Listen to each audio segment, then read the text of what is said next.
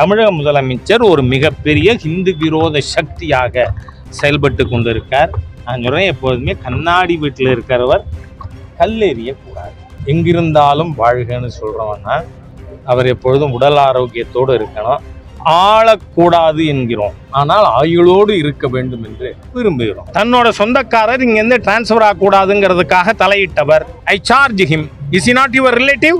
Let Venkatesan come out. என்ன நக்கலா போச்சுன்னு கேட்கிறேன்னா, இந்தியாவிலேயே கம்யூனிஸ்ட் இருக்கிறது 6 சீட்டு தான். 4 திமுக போட்ட, நான் சொல்ல, என் வார்த்தை இல்லை, அந்த பிச்சையில வந்துட்டு நீங்க 4 பேரு, ராஜஸ்தான்ல ஒருத்தர், கேரளால ஒருத்தர், 6 தானே இடதுசாரியே இந்தியாவில். இந்த ஹரி பரந்தாமன் யாரு? பப்ளிக்ல ஒரு ஹிந்து பெண்ணின் தாலியை அறுக்கலாம்னு தீர்ப்பு கொடுத்தவர். நீங்க நான் தாலியே கட்ட மாட்டேன், அது அடிமையின் சின்னம் அப்படின்லாம் சொன்னீங்கன்னா நத்திங் ராங். ஆனா தாலியை கட்டி அதை பப்ளிக்ல நான் அறுப்பேன்னு சொன்னா அது ஆத்திரமூட்டும் செயலா இல்லையா? அதை ஆதரித்தவர் இந்த ஹரிபரந்தாமன். கையில கயிறு கட்டுறது, இப்ப நான் இந்த கயிறு கட்டியிருக்கேன், நான் என்ன ஜாதி? பள்ளிக்கூட மாணவர்கள் கயிறு கட்டினா இது என்ன இழிந்த எண்ணம்ங்கிறேன்னா? பீட்டர் அல்போன்ஸோ, அமீரோ, ஜவாஹர்லாவோ அவர்கள் தமிழர்கள் என்றால் நீ தமிழ் கடவுளை போய் வழிபடுங்கிறேனா? வழிபடு, இல்லைன்னா யூ ஆர் நாட் தமிழ்ஸ், அதனால நீ போக மாட்டேங்கிற. இல்ல, ஒன்று ஒப்புக்கொள்ளுங்கள், முருகன் இந்து கடவுள். இருக்கின்ற திராவிட முன்னேற்ற கழக அரசு ஒரு ஹிந்து விரோத அரசுங்கிறதுல நம்ம யாருக்கும் சந்தேகம் தேவையில்லை. காரணம் என்ன? அவர் முஸ்லிம் பண்டிகைகளுக்கு வாழ்த்து சொல்லுவார், கிறிஸ்தவ பண்டிகைகளுக்கு வாழ்த்து சொல்லுவார். ஆனால் ஹிந்து பண்டிகைகளுக்கு வாழ்த்து சொல்லி இருக்காரா? சொல்றது இல்லைங்கிறதுல இருந்தே இவர் ஒரு ஹிந்து விரோத தீய அரசு. இன்னைக்கு திராவிட முன்னேற்ற கழக அரசுங்கிறது நமக்கு தெரியுது. கைப்புண்ணுக்கு கண்ணாடி வேண்டாம் பாக்குறது.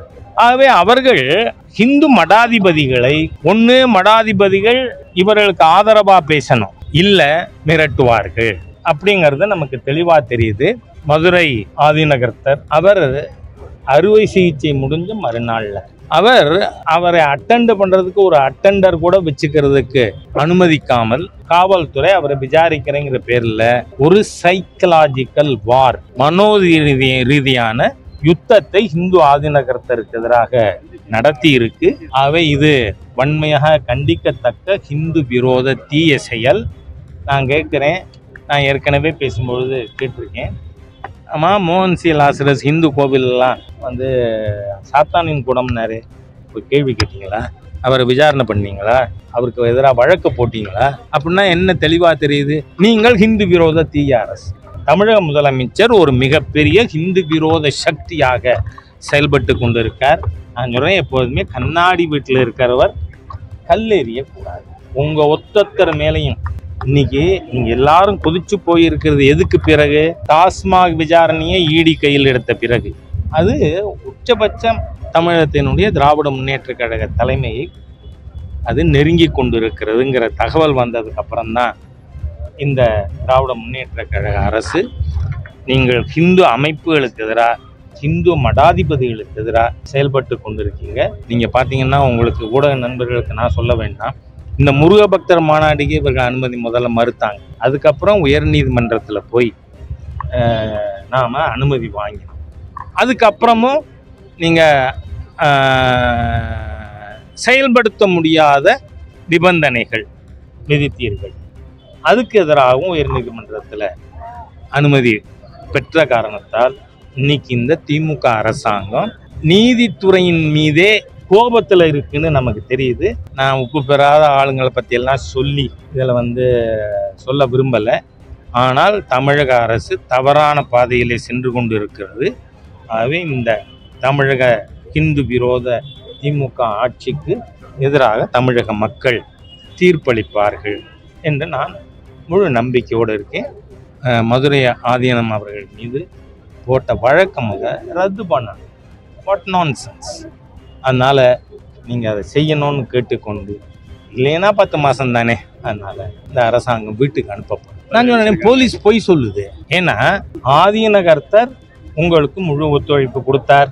அவர் நீங்கள் கேட்ட கேள்விகளுக்கு பதில் சொல்லியிருக்கார். நீங்கள் அவர் ஒத்துழைக்கலைன்னா அன்றைக்கி சொல்லியிருக்கணும். அதுக்கப்புறம் அங்கே போய் உங்கள் மேலிடம் என்ன, நான் அதிகாரிகள் பேர் சொல்ல விரும்பலை, ராம ஜென்ம பூமியில் 23 ஜனவரி மாதம் பிராண பிரதிஷ்டை கும்பாபிஷேகம் நடக்கும் பொழுது தமிழ்நாட்டில் எந்த கோவில்லையும் விசேஷ பூஜை நடத்தக்கூடாது, பிரசாதம் கொடுக்க கூடாதுன்னு எல்லாம் இந்த ஹிந்து விரோத அட்மினிஸ்ட்ரேஷன் கண்டிஷன் போட்டாங்க. அப்போ நான் ஒரு மேலதிகாரிகிட்ட பேசும்பொழுது ஏன் இப்படின்னு கேட்டேன்னா, எங்களுக்கு மேலிடத்தின் ப்ரெஷர். நான் நினைக்கிறது போலீஸுக்கு மேலிடம் போலீஸ் தானே இருக்கணும், அது எப்படி அதுக்கு அவுட் சைடு அன்கான்ஸ்டிடியூஷனல் அத்தாரிட்டியா? அந்த மாதிரி இருக்கு. தமிழ்நாட்டில் காவல்துறை ஆளும் கட்சியின் ஏவலாளாக செயல்பட்டு கொண்டிருப்பது இங்கு நமக்கு தெளிவாக தெரிந்தது. அது வன்மையாக கண்டிக்கத்தக்கது.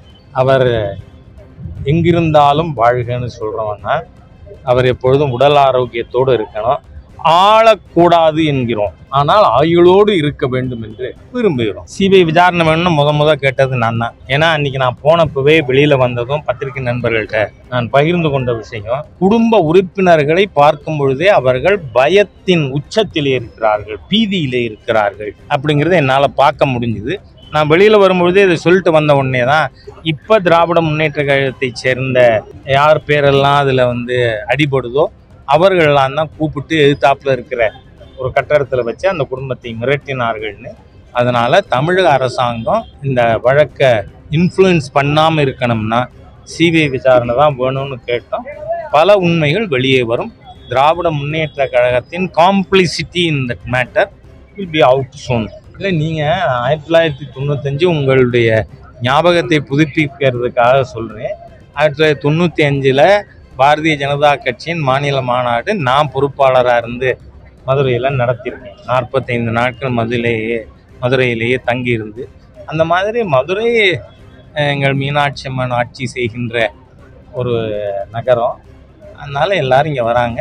ஆனால் அம்பாள் அவங்களுக்கெல்லாம் புத்தி கொடுக்கணும் அப்படின்னு மட்டும் கேட்டுக்கிறேன். நான் என்ன சொல்கிறேன், மத்திய அரசாங்கம் தொல்லியல் துறை என்ன சொல்கிறேன், முதல்ல கீழடி ஆய்வெல்லாம் நடத்தினது யார்? நீங்களா? Central government, ASI. அதனால் அதில் இப்போவும் மத்திய அரசாங்கம் என்ன சொல்லியிருக்கு, அதன் கண்டுபிடிப்புகள் எப்போவுமே நீங்கள் ஆவணப்படுத்தாமல் ஒரு அரசாங்கம் வெளியிட முடியும். அதுக்கான நேரம் தான். அதுக்கு இந்த வெங்கடேசனுக்கு என்ன வெங்கடேசன், சூனா வெங்கடேசன். சூனா வெங்கடேசன் ஏன் இவ்வளோ அவசரம் அப்படின்னு எனக்கு தெரியல. அவருக்கு சொந்தக்காரர், தன்னோட சொந்தக்காரர் இங்கேருந்து டிரான்ஸ்ஃபர் ஆகக்கூடாதுங்கிறதுக்காக தலையிட்டவர். I charge him. Is he not your relative? Let Venkatesan come out. என்ன நக்கலா போச்சுன்னு கேட்குறேன்னா, தொடர்ந்து 3வது முறை ஆட்சிக்கு வந்த ஒரு பிரதமரை இந்தியாவிலேயே கம்யூனிஸ்ட் இருக்கிறது 6 சீட்டு தான். 4 திமுக போட்ட, நான் சொல்ல, என் வார்த்தை இல்லை, நம்ம ரோட் சைடு பாரதியா, ஆர்எஸ் பாரதி ஏற்கனவே சொல்லியிருக்கேன். அந்த பிச்சையில் நீங்கள் 4 பேர், ராஜஸ்தானில் ஒருத்தர், கேரளாவில் ஒருத்தர், 6 தானே இடதுசாரியே இந்தியாவில். இன்னைக்கு வெஸ்ட் பெங்காலில் கூட கருத்து கணிப்பில் என்ன வருது, பிஜேபி ஆட்சிக்கு வரும், 2வது திரிணாமுல் வரும், கம்யூனிஸ்டுக்கு ஒரு எம்எல்ஏயாவது கொடுத்துருக்காங்களா? நீங்கெல்லாம் செல்லா காசு. அந்த செல்லா காசு வெங்கடேசன் இங்கே பேச வேண்டாம். வெங்கடேசனா தானோ ஐ டோன்ட் நோ. நாங்கள் இப்போ ஒரு 3 பாராளுமன்றத்திற்கான பூத் கமிட்டி பணிகள் முடிச்சிருக்கோம். நாளையிலிருந்து அடுத்த 3 பாராளுமன்ற தொகுதிகள் நாங்கள் விரைவில் 13 பிளாக் 39 பார்லிமெண்ட் அமைப்பை பலப்படுத்துகின்ற வேலை நடந்துட்டு இருக்கு. பப்ளிக் ஃபங்க்ஷன் நேற்றுக்கே பார்த்தோம். தூத்துக்குடியில் 4800 கோடி ரூபாய்க்கான திட்டங்களை மாண்புமிகு பாரத பிரதமர் துவங்கி வைத்தார். அதுக்கப்புறம் திருச்சியில் அங்கே ஒரு ரோட் ஷோ. அதுக்கப்புறம் கங்கை கொண்ட சோழபுரத்தில் ஒரு வாழ்கின்ற சோழ மன்னனாக மாண்புமிகு பிரதமர் மக்களுக்கு, தமிழக மக்களுக்கு காட்சி அளிக்கிறார். அதனால் மிகப்பெரிய அளவில் இது பாரதிய ஜனதா கட்சிக்கு, தேசிய ஜனநாயக கூட்டணி வெற்றியை தேடித்தது. நீதிமன்றத்தை தவறாக சித்தரிக்கின்ற வேலையில் இந்த வாஞ்சநாதன் நீங்கள் சொல்கிற நபர், அவர் பெரிய வக்கீலா? இது வரைக்கும் அவர் என்ன சோலி சோரப்ஜி மாதிரி சட்ட நிபுணர் அவர் கேள்விப்பட்டிருக்கோமா? இல்லை. நீங்கள் பார்த்தீங்கன்னா அவருக்கு ஆதரவாக அறிக்கை கொடுத்திருக்கிற நீதிபதிகள் யாரு? ஒன்று ஹரி பரந்தாமன். இந்த ஹரி பரந்தாமன் யாரு? பப்ளிக்ல ஒரு ஹிந்து பெண்ணின் தாலியை அறுக்கலாம்னு தீர்ப்பு கொடுத்தவர். உண்டா இல்லையா? நான் ஒன்றும் தப்பா சொல்லலையே. நீங்க நான் தாலியே கட்ட மாட்டேன், அது அடிமையின் சின்னம் அப்படின்லாம் சொன்னீங்கன்னா நத்திங் ராங். ஆனா தாலியை கட்டி அதை பப்ளிக்ல நான் அறுப்பேன்னு சொன்னா அது ஆத்திரமூட்டும் செயலா இல்லையா? அதை ஆதரித்தவர் இந்த ஹரிபரந்தாமன். அதே மாதிரியா சந்துரு அவர்கள், நான் ஏற்கனவே அவர் கொடுத்த அந்த பள்ளிக்கூடத்தில் சில சீர்திருத்தங்கள்னு சொல்லி சீர்கேடுகளை பரிந்துரை பண்ணியிருக்கார். அதில் பொட்டு வைக்கிறது, கையில் கயிறு கட்டுறது. இப்போ நான் இந்த கயிறு கட்டியிருக்கேன். நான் என்ன ஜாதி? பள்ளிக்கூட மாணவர்கள் கயிறு கட்டினா இது என்ன இழிந்த எண்ணம்ங்கிறேன்னா நான் அந்த எண்ணத்தை சொல்கிறேன். என்ன அந்த எண்ணம் இழிந்த எண்ணமா இல்லையா? அதனால அந்த மாதிரியா தீர்ப்பு கொடுத்த முன்னாள் எல்லாம் எக்ஸ் தானே, அந்த எக்ஸெல்லாம் சேர்ந்து இந்த தேங்காய்மூடி வழக்கறிஞருக்கு ஆதரவாக கொடுத்துருக்காங்க. அது என்ன விதமான பாதிப்பை ஏற்படுத்த போகிறது. நீங்கள் பார்த்தீங்கன்னா முதல்ல ஆதிசங்கரர் அவர்கள் 6 மதங்களாக இந்து மதத்தில் இருக்கின்ற வழிபாட்டு முறைகளை வைத்து ஒருங்கிணைத்தார். சிவனை வழிபடுபவர்கள் சைவர்கள், விஷ்ணுவை வழிபடுபவர்கள் வைஷ்ணவர்கள், கணபதியை வழிபடுபவர்கள் காணபத்தியர்கள், குமரனை வழிபடுபவர்கள் கௌமாரர்கள், சக்தியை வழிபடுபவர்கள் சௌரர்கள், சாக்தர்கள், சூரியனை வழிபடுங்க சௌரர்கள்னு. இது எந்த காலத்திலேருந்து இருக்கு? நீங்கள் கவி காளிதாஸ் எழுதிய காவியங்களிலேயே மிகப்பெரிய காவியம் என்ன தெரியுமா? தமிழ்நாட்டில் ஒரு திரிபு அரசியல் 1838 ராபர்ட் கார்டுவெல் என்கின்ற மதம் மாற்றும் ஒரு நபர் அயர்லாண்டிலேருந்து இங்கே வந்த பிறகு பொய்கள் பரப்பப்படுகிறது. அதனால நான் என்ன சொல்கிறேன், அவர் கவி காளிதாசர் அவர் சந்திரகுப்தர் காலத்தை சேர்ந்தவர். அவர் எழுதிய 2000 கிமு 300 அந்த காலகட்டத்தை சேர்ந்தவர். அவர் எழுதியதே குமார சம்பவம், குமரனின் சரித்திரம். ஆகவே இதையெல்லாம் ஏதோ அவரை வேறு எல்லாருக்கும் உள்ளபடியாக வரவேற்கிறேன். பீட்டர் அல்ஃபோன்ஸ் போகட்டும், அமீர் போகட்டும் முருகன் கோயிலுக்கு, ஏன்னா தமிழர்கள் தானே. பீட்டர் அல்ஃபோன்ஸோ அமீரோ ஜவாஹர்லாவோ அவர்கள் தமிழர்கள் என்றால் நீ தமிழ் கடவுளை போய் வழிபடுங்கிறேனா? வழிபடு, இல்லைன்னா யூ ஆர் நாட் தமிழ்ஸ், அதனால நீ போக மாட்டேங்கிற. இல்லை, ஒன்று ஒப்புக்கொள்ளுங்கள், முருகன் இந்து கடவுள். அதனால நீங்க இப்போ இதுக்குள்ள விளையாடுற விளையாட்டை மக்கள் ஏற்க மாட்டார்கள்ன்றதை சொல்றேன்.